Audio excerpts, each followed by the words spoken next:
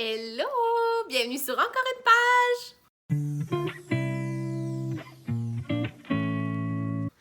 Aujourd'hui, on se retrouve pour ma vidéo de pile à lire pour le week-end sans signet. Parenthèse, si vous entendez un espèce de petit son de ce genre, c'est parce qu'il pleut et les fenêtres sont ouvertes parce que c'est l'été. Donc, désolé si ça vous dérange. Moi, j'aime bien entendre ce son-là, puis c'est ça, ça me rafraîchit que les fenêtres soient ouvertes. Donc, le week-end sans signet, c'est un événement littéraire qui a été organisé par Anne Litterarum, qui est une jeune fille québécoise vraiment très talentueuse.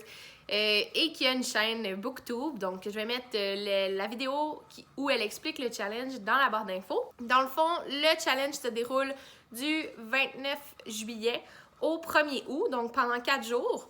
Et il y a différentes catégories de livres à lire. Puis moi, ben, j'aime ça, mettre des livres dans des catégories.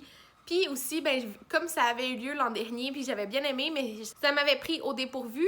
Puis j'avais comme déjà quelque chose de planifié ces journées-là. Ben là, cette année, j'ai comme prévu le coup, puis je suis disponible pour consacrer du temps à la lecture.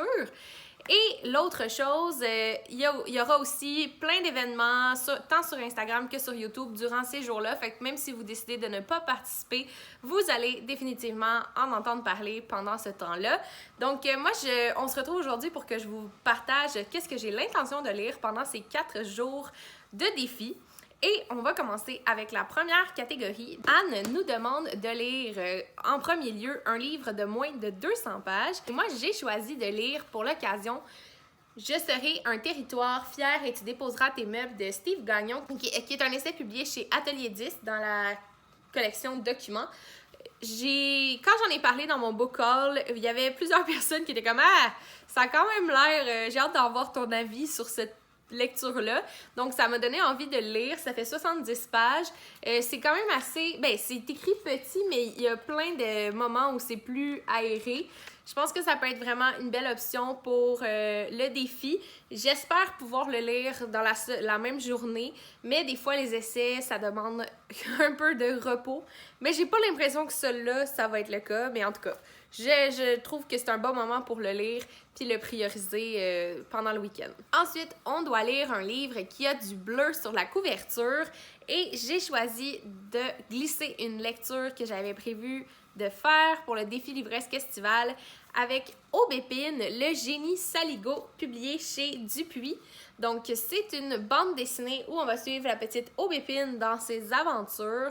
Je ne sais pas ce qu'il se passe, mais je sais que mes amis l'ont beaucoup aimé. Elles m'ont dit que ça ressemblait un peu au Garçon sorcière de Molinox Ostertag, donc ça m'intrigue. Puis c'est toujours le fun d'avoir une ou deux BD dans ce genre de week-end. Ça permet de prendre des pauses dans des plus grosses briques. Puis c'est ça. En même temps, je peux cocher 2 cases en lisant cette bande dessinée-là pendant ce week-end. Pour la prochaine catégorie, il faut choisir un livre qui contient moins de 3 mots. J'ai vraiment hésité longtemps avec ce que je voulais lire pour le défi. J'ai encore un petit point d'interrogation à savoir si c'est vraiment ce livre-là que je vais lire. Mais j'ai choisi d'y aller avec Le consentement de Vanessa Springora, qui est publié chez les éditions Grasset. Donc, c'est un livre que j'ai présenté dans mon book haul. Et c'est le livre qui était le plus populaire dans le sens où les gens m'ont plus parlé de ce livre-là dans les commentaires. Donc, j'avais dit dans cette vidéo que vous me mentionnez le livre que vous aimeriez que je lise prochainement. Donc, je me suis dit, encore là, une pierre deux coups, je pourrais lire ce livre-là. J'ai juste peur que ça soit vraiment lourd, puis qu'en 4 jours, ça m'épuise de lire ce livre-là. Fait que si jamais c'est le cas, je vais avoir un plan B, mais je sais pas encore lequel. Peut-être que ça ira avec mes lectures du mois d'août, on verra, mais j'espère vraiment être capable de le lire durant le week-end, c'est mon objectif. Peut-être que je vais le lire un petit peu à chaque jour. Je sais pas c'est quoi l'ambiance là-dedans, je sais pas si on est accroché rapidement ou si on a comme besoin de réfléchir à ce qui est dit. On verra. Je sais pas si je vais regretter mon choix, mais en tout cas, je voulais le lire pendant l'été, fait que ça va être fait. Pour la 4e catégorie, on doit lire un livre qui est à la mode. Et là, moi, c'est vraiment pas quelque chose que j'apprécie. Quand un livre a beaucoup de hype, quand tout le monde en parle, souvent ça me donne moins envie de le lire. Ou si ça me donne envie, c'est comme à retardement. Mais pour moi, à la mode, c'est aussi un peu les dernières nouveautés parce que, évidemment, si vous êtes comme moi puis que vous aimez le monde livresque, ben vous devez suivre plusieurs comptes puis tous ces comptes-là reçoivent les mêmes services presse au même moment. Fait que quand il y a des nouveautés, ben on entend énormément parler de ces livres-là. Fait que pour moi, une nouveauté, c'est un peu comme un livre à la mode. Et c'est Flo de Patrick Sénécal. Donc, j'avais prévu de le lire encore une fois pour le défi livresque estival, mais je me dis que c'est encore l'été, puis ça va pouvoir me permettre d'avancer dans le défi. Puis comme c'est écrit gros, puis que Patrick Sénécal, il a souvent une plume assez immersive, puis qui a une façon d'écrire que c'est un page-turner, ça se lit rapidement. Et il n'est pas si gros que ça. C'est le plus gros là, dans tous mes livres, mais c'est quand même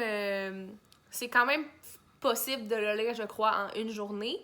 Je me dis que c'est pas trop me tirer dans le pied, puis en même temps avancer dans mes lectures, mais je suis pas mal certaine que celui-là, il va rester là d'ici au défi parce que je voulais le lire cet été. Puis je pense que le week-end sans signer, c'est encore là une magnifique opportunité pour avancer dans mes lectures. Vous remarquerez que toutes mes lectures proviennent de ma pile à lire. J'ai essayé de ne rien emprunter à la bibliothèque pour le défi parce que j'essaie vraiment de diminuer ma pile à lire. Elle est pas énorme, mais dans les derniers mois, j'ai quand même acheté plusieurs livres, puis j'ai pas envie qu'elle grossisse, donc je me suis dit, si je peux la réduire de 6 livres au bout de 4 jours, je vais être vraiment heureuse que ça soit fait. Là, je suis rendue dans les catégories bonus. Le premier bonus, c'est un livre choisi par quelqu'un d'autre.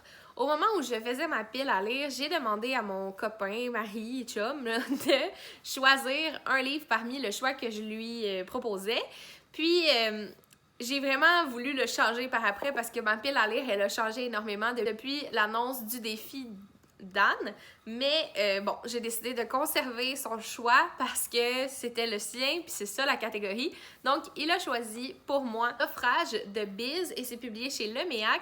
C'est quand même bien rempli, je dirais, comme livre. C'est pas trop long, mais normalement, moi, ce genre de livre-là, je pense que je passerais 2 jours parce que je lis lentement, puis je veux vraiment être dans l'ambiance. Mais là, je vais le lire rapidement pendant le week-end sans signet. J'espère que ça va me plaire. J'ai entendu que des bons commentaires. Lui aussi était ressorti beaucoup dans les commentaires en dessous de ma vidéo de Book Haul. Fait qu'il y a comme les 3 livres là, qui ont... Ben, il y en a un autre, mais vous allez en entendre parler dans ma prochaine vidéo.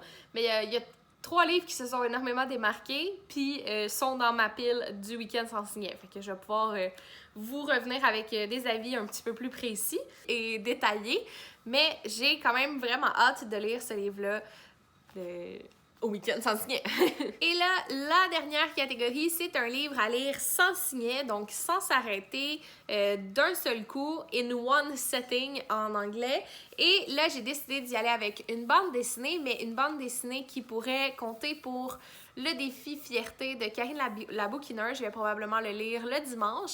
Et je parle de Si on était de Axel Lenoir et c'est publié chez les éditions Front Froid. Je ne sais pas de quoi ça parle dans ce livre-là. Je sais que Axel Lenoir, en fait, c'est une autrice trans et j'ai l'impression que ça va être un peu fantastique ou science-fiction. C'est aussi la personne qui a écrit L'Esprit du camp. Fait que ça, j'avais bien aimé l'an dernier cette duologie de bande dessinée-là. Fait que je pense que ça va être bien pour Si on était, mais bon, c'est le tome 1 et il n'y a toujours pas de tome 2. Ça fait quand même un petit moment que ça a été publié, donc j'espère avoir la suite si jamais ça me plaît. Mais ça devrait être possible de le lire en une seule fois pendant le week-end. Regardez les belles illustrations à l'intérieur. Je pense que ça va être vraiment chouette comme lecture. C'est déjà tout pour aujourd'hui. C'était une courte vidéo. La semaine prochaine, ce sera probablement une autre pile à lire, mais pour un défi qui aura lieu au mois d'août. Donc, je vais vous en reparler la semaine prochaine. J'espère que vous avez apprécié ma vidéo. Si c'est le cas, n'hésitez pas à la liker et à la commenter. Et sur ce, je vous souhaite du succès dans vos projets et dans votre vie. Et on se revoit très bientôt. Bye!